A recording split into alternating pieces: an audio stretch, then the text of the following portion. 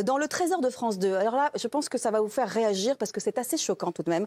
On a découvert le témoignage de Claire Marie. Claire Marie, c'est un médecin généraliste qui a été agressé sur son lieu de travail. Regardez.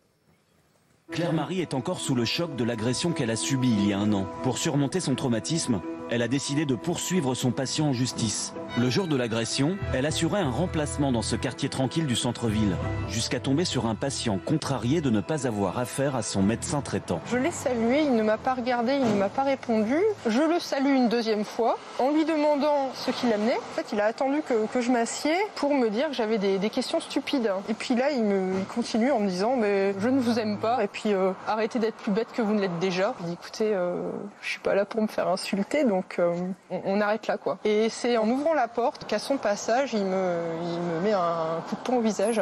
Jamais on s'imagine que quelqu'un va vous porter un coup.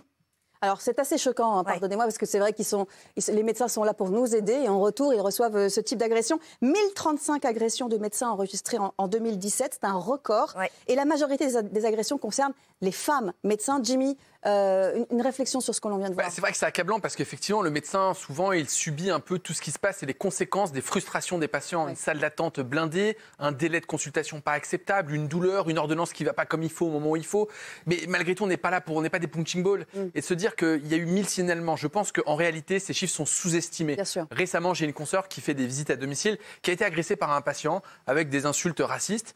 C'est une femme bien évidemment et elle a reçu donc des coups et elle n'a pas porté plainte. Car elle se sent seule, elle s'est sentie dépassée. Presque, elle se demande si elle n'est pas coupable, si finalement le patient ne va pas avoir des problèmes. Car j'aimerais rappeler aux gens que c'est une circonstance aggravante que de s'attaquer à un soignant. Je rappelle que frapper un médecin, c'est donc, comme vous le dites, une circonstance aggravante. Si le médecin a moins de 8 jours d'ITT, l'agresseur encourt tout de même 3 ans de prison et 45 000 € d'amende. Si le médecin a plus de 8 jours d'ITT, l'agresseur encourt 5 ans de prison et 75 000 € d'amende. Il faut rappeler quand même ces simples faits, hein, vraiment. Et ce qui est assez dingue, c'est que ça se passe vraiment principalement en ville et dans les centres-villes.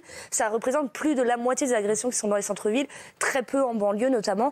Et le truc, c'est qu'il n'y a que 38% des médecins qui vraiment vont au bout et portent plainte. Donc il faut vraiment qu'ils libèrent leur parole parce qu'effectivement, c'est pas de leur fait, c'est pas normal.